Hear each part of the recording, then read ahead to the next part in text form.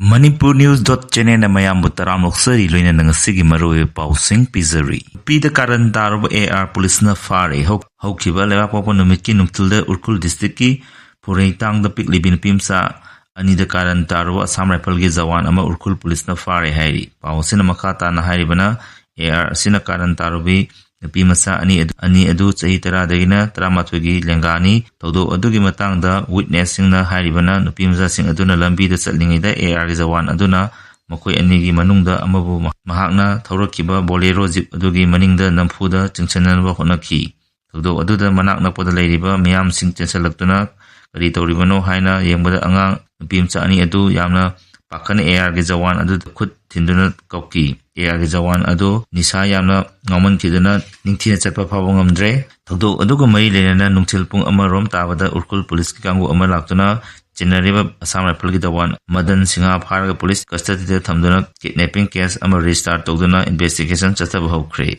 Chuchanpur hantak ta sem kiba MNF IM Mizoram gi MNF na masak khangje hairakre Manipuri mapung ani Mizoram da leiriba Mizo sing yawba Mizoram gi Mizo sing punsalaga punba Mizo gi oiba platform ama sagatna hantak ta Chuchanpur sem kiba Mizo National Front Integration Movement asi Mizoram da main opposition party oiba Mizo National Front na masak khangde hairakre Chuchanpur da Mizo National Front Integration Movement asi sembagi matangda makoida knowledge amata leite amasung front asi sembaga mari lenade makoina mangchona na khanarabasu leite haina pongtorakre Brims the left and a michirak ama depend of Miam Yawlo Singi upon committee na Yingsenba Horgani look manga. I nothing crable and the Masigi looking high with Kanglepa Communist Party KCP Kangle Yawol Kanbaluk KYKL People's Revolutionary Party of Kanglepa Pre-Park People's Revolutionary Party of Kanglepa Pre-Park Pro ama the United National Liberation Front ULF ki losing muching na puna ikuyak pitan press tadarbo sayol amana Rimsta left and a michirak ama di Penadra Miam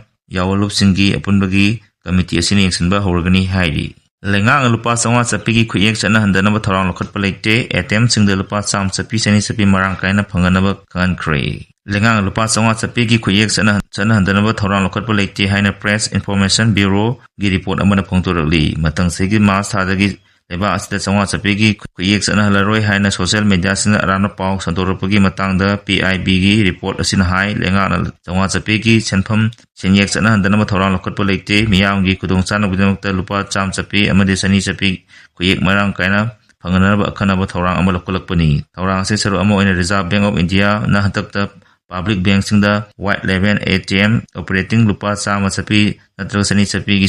senyek sing ATM khudimta marang kaina phanganaba khanki lam leiba yomagi matanga thokiba notification sanaba yaroi Land Resource Department policy amuk haning sinba mathok ta UNC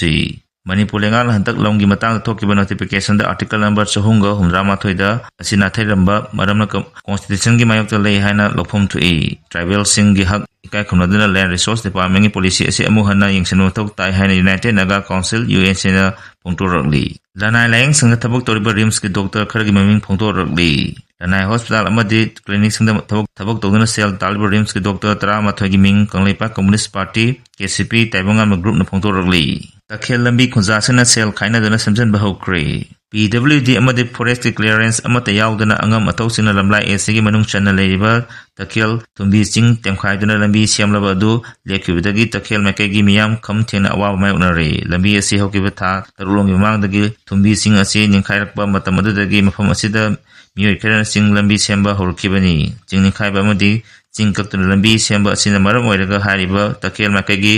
Kwaidagi maru oiba lambi chatpa yadabana nong khajidang tabada mahiroi kya school chattaba kya su yauribani hujiksu hariba lambi asida gari amata chatpa yadabada natana khongna chappada phawba mathadagi nong tarakadra kiduna chatnadre hairi salungpham mamang lekaidagi yamlo khulai kya phakre Tabal district ke Hero Police Station na konba salungpham mamang lekai gi singkhong jinyadagi ngasi security post na masing yamloba kuchukulai kya phapangam kre haina Manipur Police ki makedagi pongtorokli Hangang maya lekai da imung ama cylinder sinbada mai horopodagi yum ama pungtung tuna mai sakre fire service lak wasu kanbang amatang amogdre hairi Manipur gi sakmai ba saisapo ama oiriba eze maistam na soikre langkre ngakpiu haina sentokre photo namge honari ngai da koina sikpada lakana kre hairi Pilegi ni putale subamapo kumon thorom pangthokre Rims ke doctor amata private practice tokde haiba doctor do ai gamtang phamina ge haina Hemant Kumar ningobamna phongtokre customer sing the UPI da EMI gi policy phanggadori digital payments sakot hanabagi pandam the National Payments Corporation of India na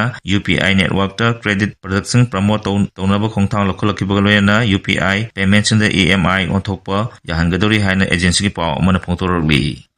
masabu line haizaba swami na mairoi singdana tablichat chatlambagidamak book tokre Delhi da leba management institute amada tambi nupi mairoi singda South Delhi da leba ashram amagi masabu line haizaba Swami Chaitanya Saraswati na makhoi da kian khanbagaloyana matong huktaba online message kya thajalapoyana sexual harassment sathare haina wakalakpodagi Swami asigi matakta Delhi police na FIR book tokibaloyana mahaku phanaba tonga famda red chataba hokre management institute asigi nupi mairoi singna phongtorkibada Swami asina hangoi tuka zabawangda institute ki nupi singda masa thenana honarakpadana tana mapanda pudana thabak tohangani haina thajalaga lana lamjingnana honare masida natana WhatsApp amadi tongan online platform singgi khutangda matong hukta message kya thajalapoyana pimsa singda makhoi exam da mark wana phanganura haina kian khangalaki hairi police na red chathabada Swami Saraswati na chinaramba sajanaramba diplomatic number plate napa bolbo car ama phapangamle hairi hojik pawu ene maroi pawu picha matang silojare makha tabab tikidamak mayam punanga mina se loina channel asimung sibidana like and subscribe to viramu